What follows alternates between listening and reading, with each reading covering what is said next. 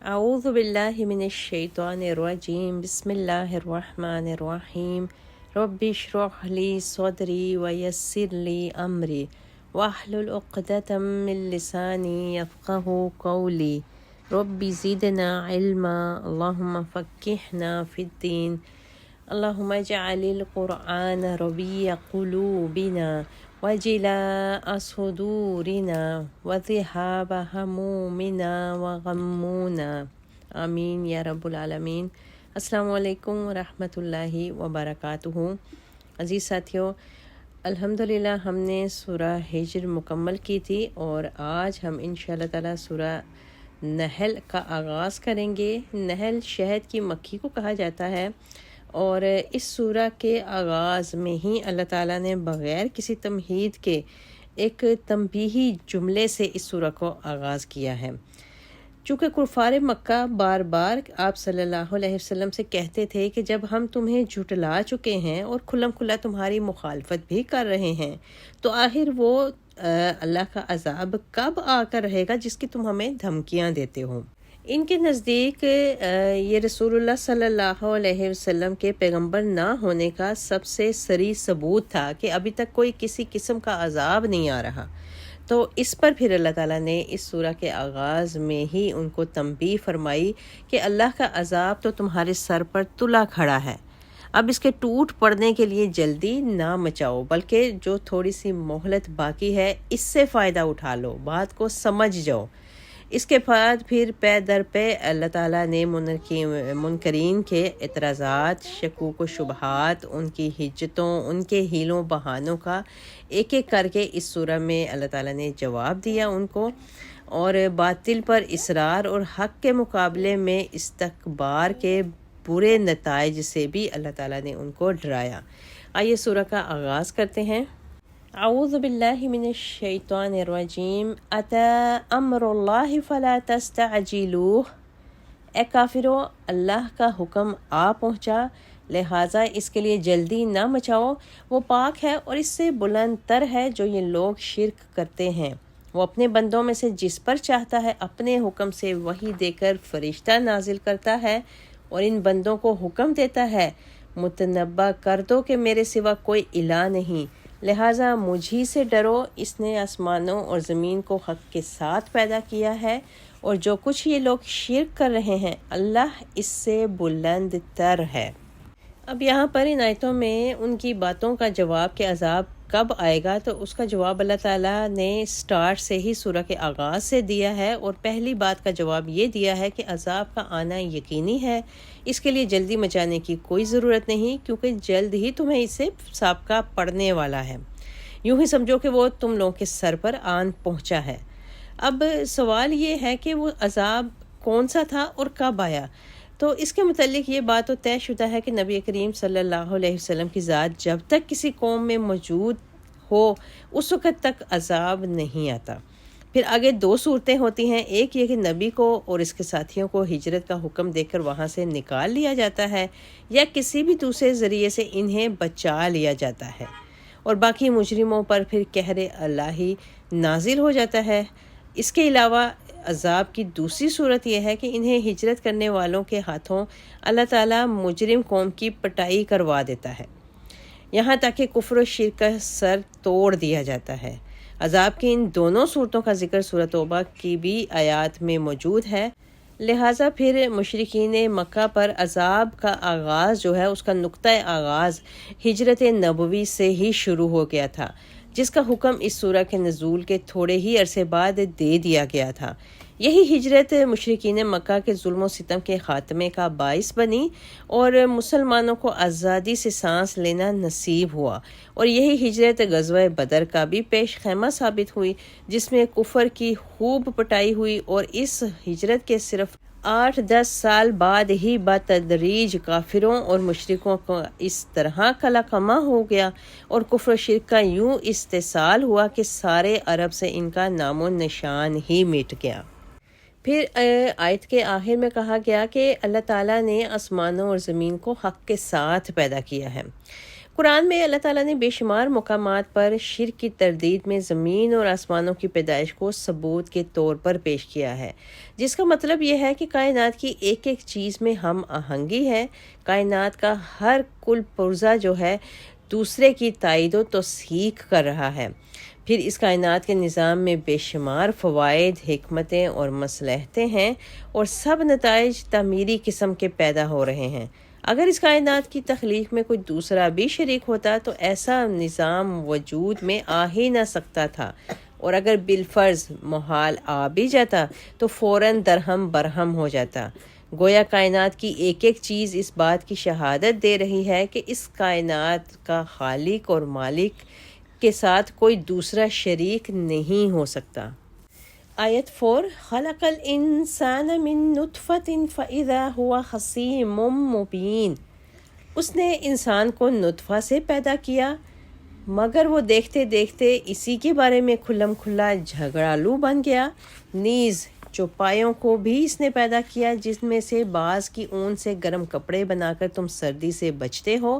نیز اور بھی کئی فائدے اٹھاتے ہو، اور بعض کو تم کھاتے بھی ہو۔ نیز جب تم انہیں شام کو چرا کر لاتے ہو اور جب صبح چرانے کے لیے لے جاتے ہو تو اس میں تمہارے لیے ٹھاٹھ بھی ہے۔ نیز وہ جانور تمہارے بوجھ ایسے شہر تک اٹھا کر لے جاتے ہیں جہاں تم سخت جاں فشانی کے بغیر پہنچ نہیں سکتے تھے۔ بلا شبہ تمہارا پروردگار بڑا شفیق اور رحم کرنے والا ہے۔ اس نے گھوڑے، خچر اور گدھے بھی پیدا کیے تاکہ تم ان پر سواری کرو، اور وہ تمہارے لیے باعث زینت بھی،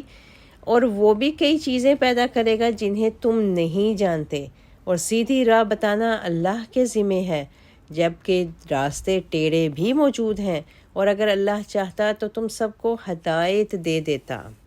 اب یہاں پر آیت نمبر 4 کے آخر میں الفاظ ہیں خصیم مبین، یعنی جھگڑالو، جھگڑا کرنے والا۔ انسان اپنی اوقات کی طرف تو کبھی بھی نظر نہیں کرتا کہ وہ ایک حقیر سی پانی کی بوند سے پیدا کیا گیا ہے، پھر جب اس میں کچھ عقل آ جاتی ہے تو حق کے مقابلہ میں پھر کٹ حجتیاں پیش کرنے لگتا ہے، حتیٰ کہ اپنے ہی پیدا کیے گئے اپنے خالق اللہ تعالیٰ کے بارے میں بھی جھگڑا کرنے سے باز نہیں آتا۔ اور اس مطلب سے مقصود یہ بھی ہے کہ انسان کی سرکشی کا اظہار بھی اس سے پتہ چلتا ہے، اور اسی مطلب کی تائید سورہ یاسین کی آیت نمبر 77 میں بھی کی گئی ہے کہ انسان بڑا جھگڑالو واقع ہوا ہے۔ اہل عرب کا اکثر پیشہ جو تھا وہ ریوڑ پالنا ہوتا تھا، اور یہ ریوڑ عموماً بھیڑ، بکریوں اور اونٹوں پر مشتمل ہوتے تھے۔ خچر، گدھے اور گھوڑے بھی ہوتے تھے، مگر نسبتاً کم ہوتے تھے۔ قریش مکہ تو تاجر پیشہ لوگ تھے، اور ان کا مال و دولت نقدی درہم اور دینار کی صورت میں ہوتا تھا، جبکہ عام قبائل عرب کے مالدار ہونے کی علامت یہی جانور تھے۔ جس کے پاس جتنے زیادہ جانور ہوتے اتنے ہی وہ مالدار سمجھا جاتا تھا، اور یہی جانور اس کی چلتی پھرتی دولت سمجھے جاتے تھے۔ اسی میں اس کی شان و شوکت بھی ہوتی تھی۔ شام کے وقت ایسے گلوں اور ریوڑوں کے مالکین کے انتظار میں اپنی آبادیوں یا گاؤں سے باہر نکل کر بیٹھتے تھے۔ یہ مویشی جب چر چک کر اور سیر ہو کر شام کو گھر واپس آتے تو اس کے مالک انہیں دیکھ کر پھولے نہ سماتے تھے۔ اسی لیے یہاں پر ان آیات میں اللہ تعالیٰ نے ان جانوروں کے واپس آنے کا پہلے ذکر فرمایا، اور صبح جانوروں کی روانگی کے وقت بھی عجب گہما گہمی اور مسرت کی کیفیت ہوتی تھی۔ اسی مسرت اور ٹھاٹھ کی کیفیت کو اللہ تعالیٰ نے ان آیتوں میں ذکر فرمایا ہے، اور جو دوسرے فوائد سے بھی زیادہ معلوم ہوتی ہے، یعنی ان جانوروں کی چہل قدمی، ان کی گہما گہمی ان کے مالکوں کے لیے بے انتہا مسرت کا باعث بنتی تھی۔ پھر ان آیتوں میں اللہ تعالیٰ نے یہ حقیقت بھی بیان فرمائی ہے کہ اللہ تعالیٰ نے مویشیوں کو بھی انسان ہی کی خدمت کے لیے پیدا فرمایا ہے، جن سے وہ طرح طرح کے فوائد حاصل کرتا ہے۔ بعض جانور ایسے ہیں جن کے گوشت کو غذا کے طور پر استعمال کرتا ہے، دودھ، مکھن اور گھی انہی سے حاصل کرتا ہے، اور گرم پوشاک یعنی گرم لباس اسے ایسے مویشیوں کی اون سے مہیا ہوتے ہیں جو سب اللہ تعالیٰ کے ہی پیدا کرتے ہیں۔ وہ اس کے بار برداری کے کام بھی آتے ہیں اور سواری کے کام بھی۔ ان کے چمڑے سے وہ بہت سی قیمتی چیزیں تیار کرتا ہے، حتیٰ کہ ان کی ہڈیوں تک کو اپنے کام میں لاتا ہے۔ پھر مزید یہ کہ اس کے لیے یہ جانور زینت بھی ہیں اور شان و شوکت کا سامان بھی دنیا میں بنتے ہیں۔ آج کے مشینی دور میں گو بلحاظ سواری اور باربرداری مویشیوں کی قدر و قیمت بہت کم ہو گئی ہے، تاہم ابھی تک ان کی ضرورت بہرحال بدستور باقی ہے۔ پھر آگے اللہ تعالیٰ نے کہا کہ تم نہیں جانتے اور سیدھی راہ بتانا اللہ کے ذمہ ہے، یعنی وحی کے بغیر انسان ہدایت کی طرف نہیں جا سکتا۔ ان آیات میں اللہ تعالیٰ نے یہ واضح کر دیا کہ جس طرح تمہاری جسمانی زندگی کی بقا کے لیے اللہ تعالیٰ نے تمہاری ضرورت کی سب چیزیں پیدا کی ہیں، اسی طرح تمہاری روحانی زندگی کی بقا کے اسباب مہیا کرنا بھی اللہ ہی کے ذمہ ہے۔ محض عقل سے یہ ضرورت پوری نہیں ہو سکتی، کیونکہ عقل کی سوچ و فکر کا میدان انتہائی محدود ہے، لہٰذا اس ذمہ داری کو بھی اللہ تعالیٰ نے عہد الست لے کر پیغمبر اور کتابیں بھیج کر پورا کر دیا۔ یہی وہ راہ ہے جو سیدھی ہے اور صرف ایک ہے، اور عقل جن راہوں پر چلتی ہے وہ ٹیڑھی بھی ہیں اور لاتعداد بھی، کیونکہ نہ ہر انسان میں عقل ایک جیسی ہوتی ہے اور نہ ہر انسان کی عقل کا صحت کے لیے قائم کردہ معیار ایک جیسا ہوتا ہے۔ عقلوں کے اسی فرق کی بنا پر بے شمار راہیں پیدا ہو جاتی ہے، اور عقل کی مثال دراصل آنکھ کی سی ہے، جسے دیکھنے کے لیے کسی خارجی روشنی کی ضرورت ہوتی ہے۔ خارجی روشنی کے بغیر آنکھ صحیح کام نہیں کر سکتی، اور یہ خارجی روشنی وحی الہی ہے۔ روشنی میں انسان جو کچھ دیکھتا ہے اس پر اعتماد کیا جا سکتا ہے، مگر اندھیرے میں چلنے والا بالکل ایسے ہے جیسے کوئی انسان ٹمک ٹوئیاں کر رہا ہو، کبھی کسی راہ پر جا پڑتا ہو اور کبھی کسی دوسرے گڑھے یا کھڈ میں جا کے گرنے کا اس کو اندیشہ ہوتا ہے،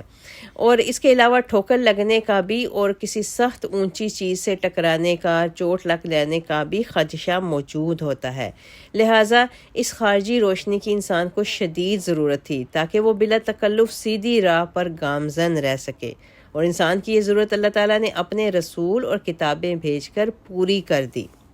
اسی مضمون کو اللہ تعالیٰ نے کئی مقامات پر ان الفاظ میں بیان فرمایا ہے، کیا بینا اور نابینا برابر ہو سکتے ہیں؟ اور انسان ہمیشہ تجربوں اور ناکامیوں میں ہی بھٹکتا رہتا ہے، لہٰذا اللہ تعالیٰ نے خود ہی انسان کو سیدھی راہ بتا کر اس پر بہت بڑا احسان عظیم فرمایا ہے۔ اور پھر آخر میں آیت کے کہا گیا، اگر اللہ چاہتا تو تم سب کو ہدایت دے دیتا، یعنی جبری ہدایت دینا اللہ کا دستور نہیں ہے، اس لیے جبری ہدایت سے انسان کی تخلیق کا مقصد ہی فوت ہو جاتا ہے۔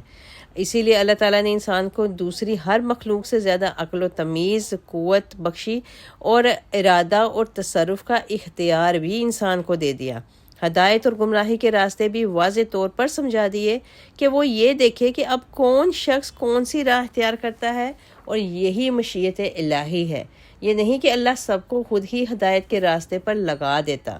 آیت نمبر 10، وہی تو ہے جس نے تمہارے لیے آسمان سے پانی برسایا، اس پانی کو تم پیتے بھی ہو اور اس سے نباتات اگتی ہے جو تم مویشیوں کو چراتے ہو۔ وہ اس پانی سے تمہارے لیے کھیتی، زیتون، کھجور، انگور اور ہر طرح کے پھل پیدا کرتا ہے۔ غور و فکر کرنے والوں کے لیے اس میں ایک بڑی نشانی ہے۔ اس نے تمہارے لیے رات اور دن کو، نیز سورج اور چاند کو مسخر کر رکھا ہے، اور تمام ستارے اسی کے حکم کے پابند ہیں۔ بلا شبہ اس میں سوچنے والوں کے لیے کئی نشانیاں ہیں۔ نیز اس نے تمہارے لیے زمین میں رنگ برنگ کی کئی چیزیں پیدا کی ہیں، اس میں بھی ان لوگوں کے لیے نشانی ہے جو سبق حاصل کرتے ہیں۔ وہی تو ہے جس نے سمندر کو تمہارے اختیار میں کر دیا تاکہ اس میں سے تم تر و تازہ گوشت کھاؤ اور اس سے وہ زیور نکالو جو تم پہنتے ہو، اور تو دیکھتا ہے کہ کشتی سمندر کا پانی چیرتی ہوئی چلتی ہے، اور اس لیے بھی کہ تم اللہ کا فضل تلاش کرو اور اس کا شکر ادا کرو۔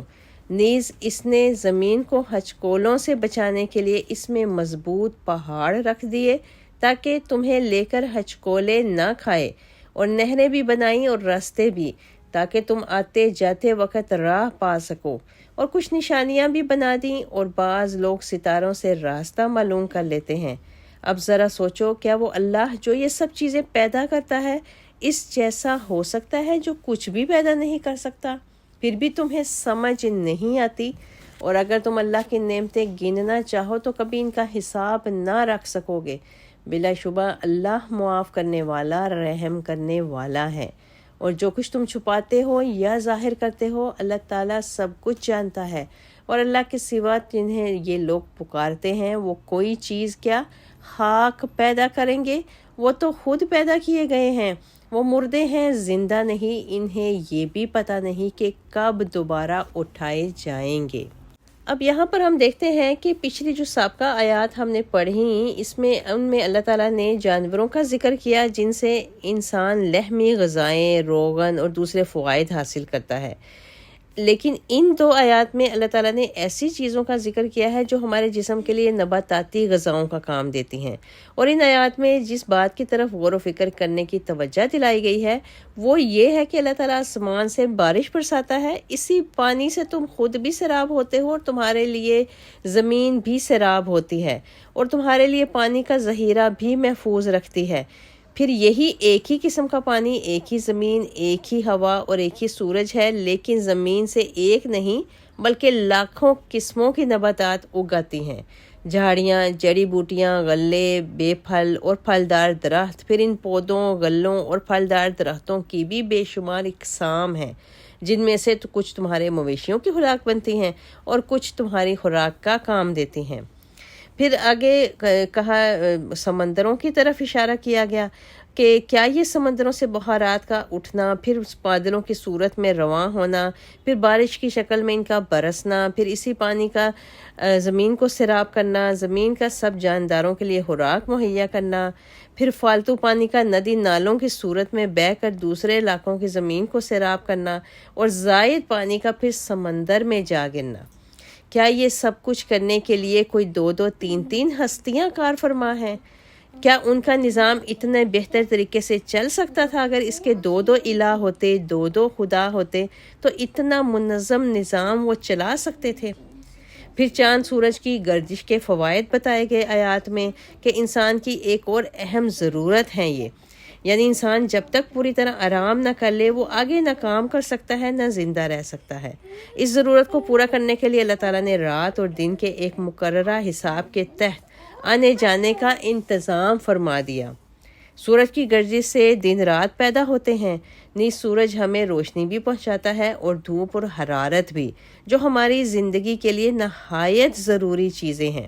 اسی طرح چاند اور ستارے ہماری زمین کو روشنی پہنچاتے ہیں۔ اگر یہ نہ ہوتے تو رات اس قدر تاریک اور گھناؤنی ہو جاتی کہ راہ کا نظر آنا تو درکنار انسان ایک دوسرے کو بھی نہ دیکھ سکتا تھا۔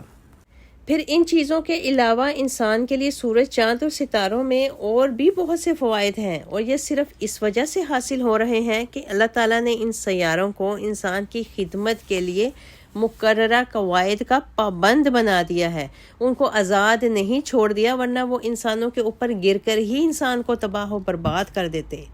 پھر اللہ تعالیٰ نے محض انسان کی ضروریات کو ہی ملحوظ نہیں رکھا بلکہ اس کے ذوق و جمال کو بھی ہر کام میں ملحوظ خاطر رکھا ہے۔ رات کو اگر فضا صاف ہو تو یہی چاند اور ستارے انسان کو ایک بڑا حسین منظر پیش کرتے ہیں۔ پھر کسی لہلہاتے کھیت میں جائیں، کسی باغ کی سیر کی جائے، وہاں بعض طویل القامت اور بعض چھوٹے درختوں کے مناظر دیکھیں، مختلف رنگ کے پھل پھول پودے دیکھیں، پھر ایک ہی پھول کے مختلف رنگ اور ان کی پنکھڑیاں اور ان کی کونپلیں دیکھیں، پھر ان کی مہک اور خوشبو سے لطف اندوز ہوں۔ یہ تمام اشیاء انسان کی ضرورتیں بھی پوری کرتی ہیں اور انسان کے ذوق و جمال کو تسکین دینے کے علاوہ اسے سرور بھی مہیا کرتی ہیں اور انسانی صحت پر بڑا خوشگوار اثر ڈالتی ہیں۔ اور اگر انسان ان چیزوں کے تخلیق میں دھیان کرے تو اللہ کی قدرتوں پر بے اختیار عش کرنے لگتا ہے۔ پھر انہی آیتوں میں اللہ تعالیٰ نے سمندروں کے بھی فوائد بتائیں کہ پھر ٹھاٹھے مارنے والے سمندر کو اور تلاطم خیز موجوں کو اپنے مخصوص قوانین کا اللہ تعالیٰ نے پابند بنا دیا، حتیٰ کہ انسان سمندر کے پانی کے اندر اور اوپر تصرف کرنے کے قابل بن جاتا ہے، ورنہ ایسے وسیع اور محیط سمندر کے مقابلے میں ایک انسان بیچارے کی کیا حقیقت تھی۔ اب وہ سمندری جانوروں کا شکار کر کے اپنی غذائی ضروریات بھی فراہم کرتا ہے۔ حیرت کی بات یہ ہے کہ سمندر کا پانی تو سخت شور اور کڑوا ہوتا ہے، جبکہ اس کے جانوروں اور بالخصوص مچھلی کا گوشت انتہائی لذیذ ہوتا ہے۔ اس میں شور کا اثر نام کو نہیں ہوتا بلکہ اس سے گھونگھے، صدف اور مرجان اور کئی دوسری چیزیں نکال کر انسان اپنے زیور اور آرائش کی چیزیں بھی بناتا ہے۔ پھر کشتیوں اور جہازوں کے ذریعے سمندر کی پشت پر سوار ہو کر یہی انسان ایک کنارے سے دوسرے کنارے اور ایک ملک سے دوسرے ملک تک جا پہنچتا ہے، اور اسی طرح ایک ملک کی چیزیں دوسرے ملک پہنچا کر تجارتی فوائد حاصل کرتا ہے۔ اگر پانی اپنے مخصوص فطری قوانین کا پابند نہ ہوتا یا نہ رہے تو انسان اس سے کبھی ایسے فوائد حاصل نہیں کر سکتا تھا۔ یہ اللہ تعالیٰ کی خاص مہربانی ہے کہ اس نے تمام اشیاء کے لیے مخصوص قوانین بنا دیے ہیں جن کی وہ بہرحال پابند رہتی ہیں، اس طرح انسان ان سے فائدہ اٹھانے کے قابل ہو جاتا ہے۔ پھر آگے اللہ تعالیٰ نے آیتوں میں مزید پہاڑوں کے فوائد بتائے۔ وَأَلْقَى فِي الْأَرْضِ رَوَاسِيَ، رواسی ایسے سلسلہ ہائے کوہ کو کہا جاتا ہے جو سینکڑوں میلوں تک پھیلے ہوئے ہوتے ہیں۔ ان کی تخلیق کا مقصد اللہ تعالیٰ نے یہ بتایا کہ زمین ہچکولے نہ کھائے، اور احادیث سے ہمیں پتہ چلتا ہے کہ زمین کو پیدا کیا گیا تو وہ ڈگمگاتی اور ہچکولے کھاتی تھی۔ پھر اللہ تعالیٰ نے اس پر پہاڑ رکھ دیے، جس کا مطلب یہ ہے کہ زمین پر پہاڑوں کو کسی خاص ترتیب اور حکمت سے پیدا کیا اور رکھا گیا ہے۔ کہیں تو اونچے اونچے پہاڑ ہیں، کہیں پھیلاؤ زیادہ ہے، کہیں بلندی کم ہے، کہیں دور دور تک پہاڑوں کا نام و نشان ہی نہیں ملتا، اور یہ سب کچھ زمین کے توازن یعنی بیلنس کو قائم رکھنے کے لیے کیا گیا ہے۔ اور جدید تحقیقات سے پتہ چلتا ہے کہ پہاڑوں کا وجود زلزلوں کو روکنے میں بہت بڑا معاون ثابت ہوتا ہے۔ گویا پہاڑوں کا ایک فائدہ یہ بھی ہے کہ انسان زمین پر سکون سے رہ سکتا ہے۔ اس کی مثال ایسے بھی لی جا سکتی ہے جیسے ایک خالی کشتی پانی میں ادھر ادھر ہلتی اور ڈگمگاتی رہتی ہے،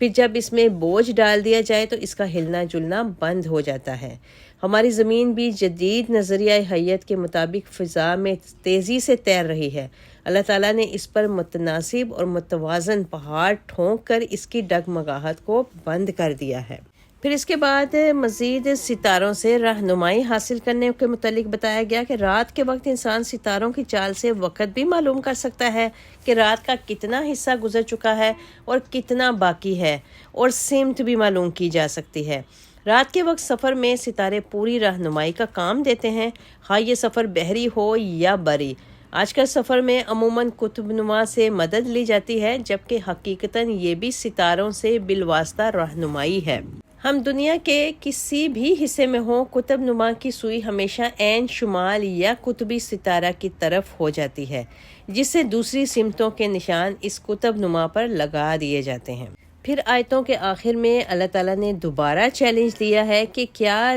جو اللہ یہ سب کچھ پیدا کرتا ہے اور جو کچھ نہیں پیدا کر سکتا وہ برابر ہو سکتے ہیں؟ پچھلے ان تمام آیتوں میں ہم نے جس قدر بھی نشانیاں اللہ تعالیٰ کی اور قدرتیں پڑھیں، یہ سب فطری چیزیں تھیں جنہیں ہر شخص بچشم خود ملاحظہ کر سکتا ہے، اور ایسے سیدھے سادے انداز میں بیان ہوئی ہیں جن کو سمجھنے کے لیے کسی خاص علم کی ضرورت نہیں۔ ہر شہری اور ہر دیہاتی، ہر پڑھا لکھا، ہر ان پڑھ، سب ان کو دیکھ کر ان میں غور و فکر کر سکتے ہیں، اور ایسے ہی چیزوں کو اللہ تعالیٰ نے اپنی وحدانیت کی دلیل کے طور پر پیش کیا ہے اور پوچھا ہے کہ یہ سب کچھ تو اللہ نے پیدا کیا ہے، اب تم بتاؤ کہ تمہارے شریکوں نے کیا پیدا کیا ہے۔ یہ اللہ تعالیٰ چیلنج دے رہا ہے، اور اگر انہوں نے کچھ بھی پیدا نہیں کیا تو وہ اللہ کے شریک کیسے بن سکتے ہیں؟ یہاں پہ اللہ تعالیٰ نے ایک سوال چھوڑا ہے۔ پھر آگے اللہ کی نعمتوں کے متعلق اللہ تعالیٰ نے کہا کہ گن سکتے ہو تو گن کے دکھا دو۔ یہ چند موٹی موٹی چیزیں جو اوپر ذکر کی گئی ہیں، لیکن اگر انسان ان کی جزیات میں یا دوسری چیزوں میں غور و فکر کرے تو اللہ کی اس قدر نعمتیں ہمیں پتہ چلتی ہیں جو شمار میں بھی نہیں آ سکتی۔ انسان کو چاہیے تو یہ تھا کہ ان نعمتوں کی وجہ سے وہ اللہ کا شکر گزار بنتا، مگر انسان نے الٹا اللہ کے ساتھ شریک بنانے شروع کر دیے۔ پھر بھی اللہ ان کے ایسے جرائم کو درگزر کرتے ہوئے از راہ مہربانی انہیں ان تمام نعمتوں سے فیضیاب کر رہا ہے، اور ان کے اوپر کسی قسم کی کوئی روک ٹوک نہیں لگاتا۔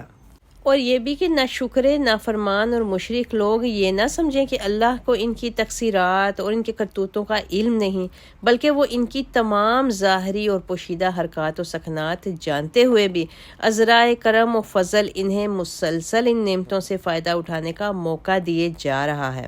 ان کے بنائے ہوئے شریکوں کا حال تو یہ ہے جو اللہ تعالیٰ نے آیتوں کے آخر میں بھی بتایا کہ وہ کسی چیز کو پیدا تو کیا خاک کریں گے، وہ تو خود مخلوق ہیں، اور جو مخلوق ہو وہ اپنے بنانے والے کا محتاج بھی ہوگا، نیز جو چیز مخلوق ہو وہ ضرور فنا بھی ہو جائے گی، لہٰذا ایسے شریک نہ خود الہ ہو سکتے ہیں اور نہ صفات الوہیت میں اللہ کے شریک بن سکتے ہیں۔ ان دو آیتوں میں خاص طور پر اللہ تعالیٰ نے ہمیں یہ بھی بتایا کہ الہ ہونے کی کیا خصوصیات ہیں، اور یہ دو آیات سے صاف واضح ہے کہ یہاں ایسے معبودوں کو ذکر کیا جا رہا ہے جو بے جان ہیں، مثلا سورج، چاند، ستارے، شجر و حجر اور لکڑی یا پتھر یا مٹی وغیرہ کے بت، کیونکہ ان کے لیے بعث بعد الموت کا سوال ہی پیدا نہیں ہوتا کہ وہ موت کے بعد دوبارہ پیدا ہو سکیں۔ آیت 22، الہکم الہ واحد، تمہارا الہ بس ایک ہی ہے، پھر جو لوگ آخرت پر ایمان نہیں لاتے، انکار ان کے دلوں میں رچ بس گیا ہے اور اکڑ بیٹھے ہیں، جو کچھ یہ لوگ چھپاتے ہیں یا جو ظاہر کرتے ہیں، اللہ تعالیٰ یقیناً سب کچھ جانتا ہے اور وہ تکبر کرنے والوں کو قطعاً پسند نہیں کرتا۔ اور جب ان سے پوچھا جائے کہ تمہارے پروردگار نے کیا نازل کیا ہے تو کہتے ہیں بس پہلے لوگوں کی داستانیں ہی ہیں، اور یہ اس لیے کہتے ہیں کہ قیامت کے دن اپنے بوجھ تو پورے کے پورے اٹھائیں، اور کچھ ان لوگوں کے بھی جنہیں وہ بغیر علم کے گمراہ کرتے رہے، دیکھو کیسا برا بوجھ ہے جو وہ لوگ اٹھائیں گے۔ اب یہاں پر آیات میں مستکبرون اور مستکبرین کا ذکر کیا گیا، یعنی تکبر کرنے والوں کا۔ کہا گیا کہ انہ لا یحب المستکبرین، اللہ تعالیٰ تکبر کرنے والوں کو پسند نہیں فرماتا۔ اب تکبر اس لحاظ سے ہے کہ یوم جزا و سزا کے قائم ہونے سے انکار دراصل اللہ تعالیٰ کی دو صفات کا انکار ہے، ایک اللہ کا عادل ہونا، دوسرے قادر مطلق ہونا، اور جو شخص اتنے واضح اور فطری دلائل کو دیکھے ہوئے بھی اللہ کی قدرت مطلقہ سے انکار کرتا ہے تو اس سے بڑھ کر اور اکڑ باز کون ہو سکتا ہے، اس سے زیادہ غرور اور تکبر کیا ہوگا۔ جبکہ رسول اللہ صلی اللہ علیہ وسلم نے تکبر کی تعریف کرتے ہوئے فرمایا کہ تکبر یہ ہے کہ حق بات کو ٹھکرا دیا جائے اور دوسروں کو حقیر سمجھا جائے۔ پھر آگے کہا گیا کہ قرآن میں بس پہلے لوگوں کی کہانیاں ہی ہیں، یہ ان لوگوں کی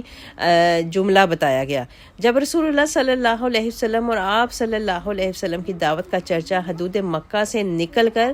آس پاس کے علاقوں میں بھی پھیل گیا تو کفار مکہ جہاں کہیں جاتے اور لوگ ان سے پوچھتے کہ تم میں جو نبی پیدا ہوا ہے اس کی تعلیم کیا ہے اور وہ کس چیز کی دعوت دیتا ہے، تو یہ لوگ بڑی بے نیازی اور لاپرواہی سے کہہ دیتے تھے کہ بس کچھ پہلے لوگوں کی داستانیں اور قصے کہانیاں ہی سنا دیتا ہے، کوئی نئی یا کام کی بات ان میں نہیں ہوتی، اور ایسی باتیں ہم پہلے ہی بہت سن چکے ہیں۔ یعنی ایک تو خود مجرم تھے، دوسرے اور لوگوں کو بھی پیغمبر کی اصل دعوت نہ بتانے کی وجہ سے انہیں بھی روک دیا جاتا تھا، لہٰذا ان کی گمراہی کا بوجھ بھی انہوں نے اپنے اوپر لاد لیا تھا۔ قیامت کے دن گناہوں کا یہ بار مجسم شکل میں ان کی پشتوں پر لاد دیا جائے گا۔ قریش مکہ صرف یہی نہیں کہ لوگوں میں غلط پروپیگنڈا کر کے انہیں اسلام سے دور رکھنے کی کوشش کرتے تھے،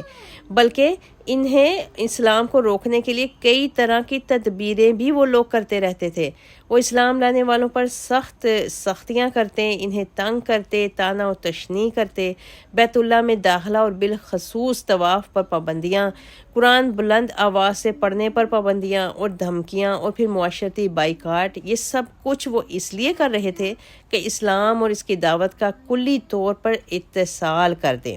اللہ تعالیٰ نے ان آیات میں پھر فرما دیا کہ ان سے پہلے لوگ بھی دعوت حق کے مقابلے میں ایسی ہی چالیں چلتے رہے ہیں اور ان چالوں کے اونچے اور مضبوط محل کھڑے کر دیے ہیں، لیکن جب اللہ کا عذاب آیا تو ان کی چالوں کے محل بنیادوں ہی سے اکھڑ کر زمین پر آ گئے، وہ خود اپنی ہی چالوں میں ایسے پھنس گئے جن کا انہیں وہم و گمان بھی نہیں ہو سکتا تھا۔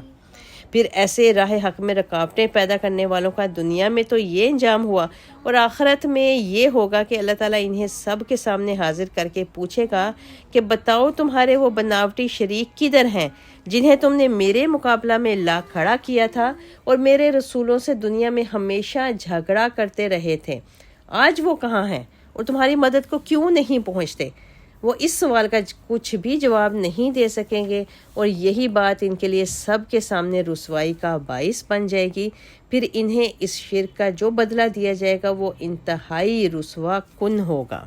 اور پھر جب یہ سارے مشرک اللہ تعالیٰ کے سوالوں کا جواب نہ دے سکیں گے، سارے میدان محشر میں ایک سناٹا چھا جائے گا، کافروں اور مشرکوں کی زبانیں گنگ ہو جائیں گی اور وہ دم بخود رہ جائیں گے۔ پھر کچھ دیر بعد اہل علم یعنی انبیاء کرام اور ان کے متبعین یعنی ان کے ماننے والے انہیں کافروں اور مشرکوں کو مخاطب کر کے کہیں گے کہ ہم نے تمہیں بتایا نہ تھا کہ قیامت کے دن تمہیں سخت رسوائی اور برے انجام سے دوچار ہونا پڑے گا۔ اللہم اجرنا من النار، اللہم اجرنا من النار، اللہم اجرنا من النار۔ وآخر دعانا ان الحمد للہ رب العالمین۔ سبحان ربک رب العزت عما یصفون وسلام علی المرسلین والحمد للہ رب العالمین وما علینا الا البلاغ۔